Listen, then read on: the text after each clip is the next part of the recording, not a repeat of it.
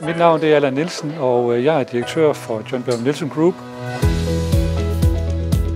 Vi startede med at arbejde med de første robotter i 1983, og det har været altafgørende for at kunne drive en virksomhed som vores her i Danmark.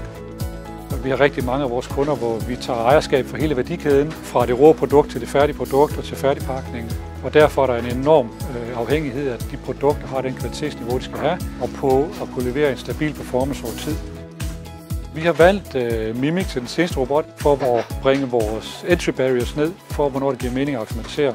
Den klassiske entry barrier ligger ret højt, det vil sige, at det kræver stor volumen. Det kræver oftest ret lang implementeringstid og ret stor investering. Og formålet med Mimic det er virkelig at presse den her entry barrier ned, så selv de små serier også giver mening at automatisere.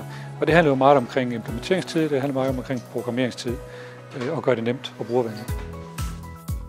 Vores arbejde med Mimic ser lovende ud. Det er relativt intuitivt at arbejde med. Det er lidt nemmere at lære flere folk op i det, og dermed også skalere vores mulighed for at lægge flere produkter på en proces, en automatiseret proces.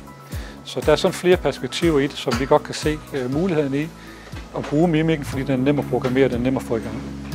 Så hvis vi kommer igen om 4-5 år, så tænker jeg, så er vi væsentligt flere robotter. Vi har mange i dag, og vi er endnu flere til den tid, og vi har endnu flere hænder. Så det går hånd i hånd, og det er en vigtig del af at skalere vores virksomhed, også fremadrettet.